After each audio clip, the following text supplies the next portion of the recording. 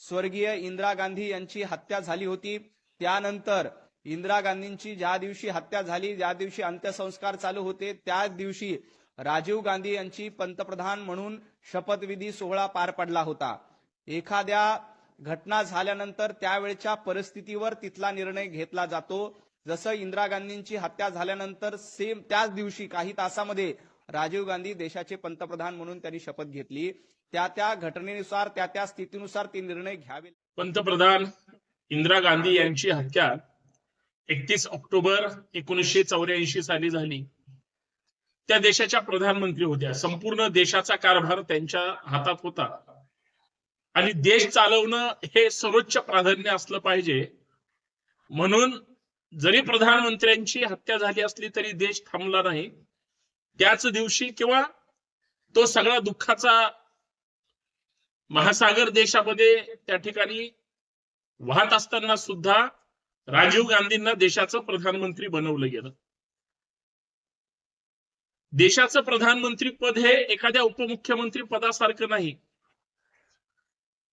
प्रधानमंत्री पद हे भारतीय राज्यघटनेला प्रमाण मानून घटनात्मक पद आहे आणि एखाद्या राज्याचं उपमुख्यमंत्री पद, मुख्यमंत्री पद जसं घटनात्मक आहे तसं उपमुख्यमंत्री पद घटनात्मक नाही। भाजपचे प्रवक्ते नवनाथ बन हे माध्यमांसमोर येऊन सांगतात की जी उपमुख्यमंत्री पदाची सुनेत्राताई अजितदादा पवार यांनी जी शपथ घेतली ती आणीबाणी सदृश परिस्थिती होती का, किंवा त्यांनी घेणं अपेक्षित त्यांच्या पक्षाचा जरी व्यक्तिगत मुद्दा असला तरी एखादा प्रवक्ता माहिती देत असताना जर खोटी माहिती देत असेल तर हा बालिशपणा आहे। मुळात सत्ताधारी पक्षाचा एक प्रवक्ता म्हणून काल परवापर्यंत जो व्यक्ती पत्रकारिता करत होता आणि बऱ्याच पत्रकारांना भाजप आवडते म्हणून बरेच जण भाजपला कनेक्ट होतात आणि भाजपनं हा मीडियातला चेहरा आहे म्हणून चला बाबा माध्यम प्रतिनिधी म्हणून त्याला संधी सुद्धा दिली, मुंबई सारख्या महानगरपालिकेचं तिकीट सुद्धा दिलं। आता या माणसाला वाटतं की मी सर्वज्ञानी आहे। ज्या व्यक्तीला देशाचा प्रधानमंत्री पद आणि राज्याचं उपमुख्यमंत्री पद याच्यातला फरक जर कळत नसेल तर असले बालिश बुद्धीचे लोक काय कामाचे। सुरुवातीला तुम्ही ज्या नवनाथ बनचं वक्तव्य पाहिलं हे बुद्धीची दिवाळखोरीचं वक्तव्य नाही का? बर, सगळ्यात महत्वाचं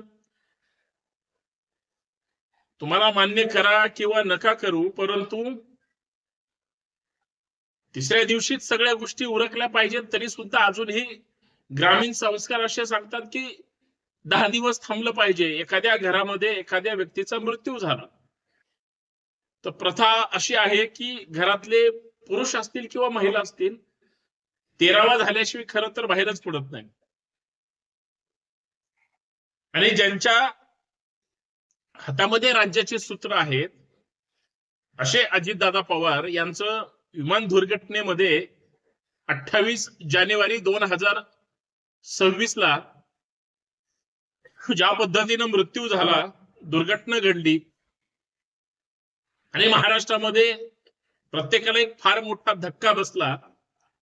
ही गोष्ट ताजी आहे, लोकांचा अजूनही विश्वास नाही अजितदादा गेलेत म्हणून। रस्त्याने जे बॅनर लावलेले आहेत,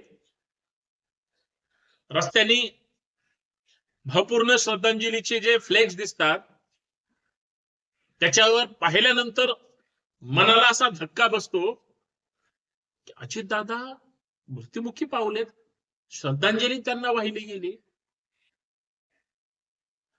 आणि मग त्यांच्या पक्षामधले जी 2 लोक आहेत, मी म्हणेन हरणारे, काही जण म्हणतात अनाजी पंत आहेत किंवा अजून कोण म्हणतंय हे षडयंत्रकार आहेत, मला माहित नाही। प्रफुल्ल पटेल आणि सुनील तटकरे यांनी गडबड करून मुख्यमंत्री महोदयांच्या सांगण्यावरून उपमुख्यमंत्री पदाची शपथ घ्यायला लावली। तुम्ही पहिलं एखाद्या नेत्याचा मृत्यू झाल्यानंतर मग ती पोटनिवडणूक असेल किंवा एखादी जबाबदारी असेल, त्यांचं काय म्हणणं आहे ते तुम्ही ऐका अगोदर. पहिला राग एवढा आला की आम्ही त्यांना भेटायला गेलो. मला वाटतं दुसऱ्या दिवशी जयंतराव गेले. अस्थि विसर्जन तेपर्यंत झालेलं नव्हतं. मी ज्या दिवशी अंत्यविधी झाला त्या दिवशी जाऊ शकलो नाही. दुसऱ्या दिवशी माझा कुठेतरी कार्यक्रम होता म्हणून तिसऱ्या दिवशी गेलो. अस्थि विसर्जन झालेलं नव्हतं. काय आपण काय अगदी त्या निवडणुकीपासून निवडणूक नाही लागली तर जीव चाललेत काहीचे. काय जनाची नाही मनाची माणुसकीची काय सगळंच कुठं सोडलं का? तुमच्या आमच्या घरामध्ये जर अशा प्रकारची दुःखद घटना घडली तर माणूस 13-14 दिवस गप्प बसतो. महिनाभर गप्प बसला म्हणून बिघडलं कुठं? सारखं कोण कुठं काय करणार, कोण उमेदवार देणार, कोण काय करणार, कोण आत्ताच भावी खासदार म्हणून तिथं पोस्टर लावायला लागले. अरे कुठं गुडघ्याला बायशिंग बांधून निघाला. अजित दादा असं म्हणतात, थांबा की एका लोकप्रतिनिधीचा किंवा एखाद्या नेत्याचा मृत्यू झाला तर काय बिघडतं? नाही 8-15 दिवस, 10 दिवस, महिनाभर नाही काय राजकारण केलं तर.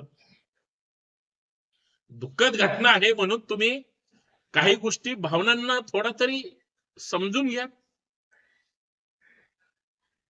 आणि हा दिवसा ढवळ्या अडाणी पत्रकार आणि आता भाजपचा प्रवक्ता, ज्याची बालिश बुद्धी महाराष्ट्रासमोर आली म्हणलं तरी हरकत नाही, तो सांगतो की शपथ घेणं गरजेचं होतं. म्हणजे उपमुख्यमंत्री पद राज्याला एकच सध्या ठेवलं महिनाभर, काय फरक पडणार आहे? उपमुख्यमंत्री पद काय घटनात्मक पद आहे का? तुम्ही 3 पक्ष सत्तेत आहात म्हणून इतर पक्षाच्या नेत्यांची तडजोड आहे.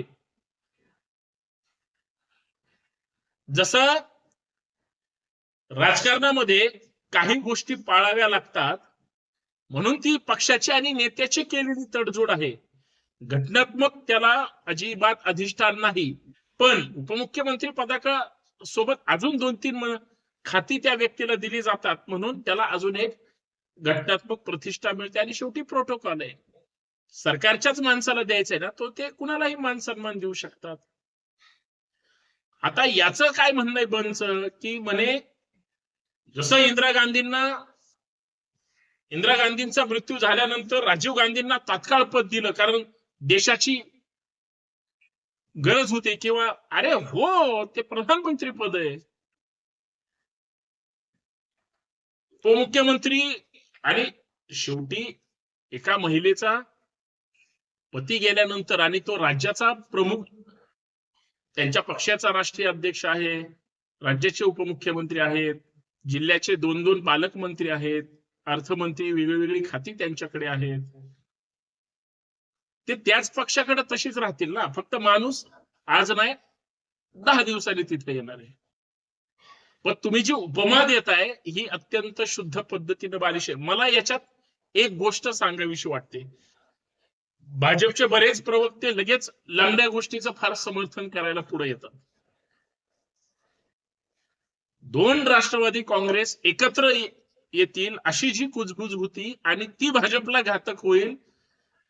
ज्या भाजपनं ज्या देवाभाऊंनी शिवसेना फोडली आणि 2 शिवसेना केल्या, राष्ट्रवादी फोडली 2 राष्ट्रवादी केल्या, त्या देवाभाऊच्या मनामध्ये परत हे 2 जण एकत्र आले तर आपलं काही खरं नाही. या भीतीपोटी हे जे 2 मी मगाशी सांगितले, तटकरे आणि पटेल, सोशल मीडिया एकदा चेक करा किंवा तटकरे ज्यावेळेस श्रद्धांजली व्हायला त्यांच्या कार्यालयात गेले, खालच्या कमेंट वाचा, लोक काय म्हणतात ते. आणि ही तीच लोक आहेत जे राष्ट्रवादीचा प्रचार करतात. ही काय अंधभक्त किंवा ट्रोलर्स नाहीयेत. त्यांच्या प्रोफाईलचा पण डीपी अजितदादांचा आहे. म्हणजे महाराष्ट्रातल्या जनभावनेची सुद्धा काय इच्छा आहे की हा दुखवाटा संपला पाहिजे. ह्या बनला ते कळतं का? कुठल्या लंगड्या गोष्टीचं हा समर्थन करतो? बर, लोक अजून श्रद्धांजली सुरू आहे, लोकांच्या डोळ्यातलं पाणी सुद्धा अजून थांबलेलं नाही हो. बर, फक्त राष्ट्रवादी बद्दलच बोलत नाही, सगळ्या इतर सत्ताधारी आणि विरोधी पार्टीच्या लोक सुद्धा एकदम धक्का सदृश्य परिस्थितीमध्ये आहेत. आणि अशा परिस्थितीमध्ये एवढी मोठी घटना झाल्यानंतर मला शपथेबद्दल काहीच बोलायचं नाही. हा जो नवनाथ बन नावाचा व्यक्ती आहे, ज्याला कवडीचीही अक्कल नाही, अशा माणसानं ते स्टेटमेंट केलं. मग मला आश्चर्य वाटलं की प्रधानमंत्री पद किती मोठं आहे. म्हणजे तुम्ही आजच्या घडीला जर विचार केला तर देशाचे सन्माननीय प्रधानमंत्री नरेंद्र मोदींजी आणि समजा दादा नाहीयेत, एकनाथ शिंदे साहेब, एकनाथ शिंदे साहेब आणि नरेंद्र मोदी साहेबांची तुलना होऊ शकते का? अशी तुलना करणं, और अर्थमंत्री दुर्घटनेमध्ये गेले तर मुख्यमंत्र्यांनी सांगितलं की उद्याचा अर्थसंकल्पाला मी भूमिका त्या ठिकाणी मांडेल. याचा अर्थ मुख्यमंत्री किती कॅपेबल आहेत. बरोबर आहे की नाही?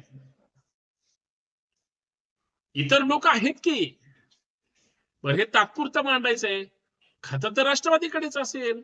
आता मुख्यमंत्र्यांनी स्वतःकडे ठेवून घेतलंय. शेवटी मुख्यमंत्री महोदयांना कुणाला द्यायचंय हे त्यांचा प्रश्न आहे. मला बाकीच्या गोष्टीबद्दल बोलायचंच नाही.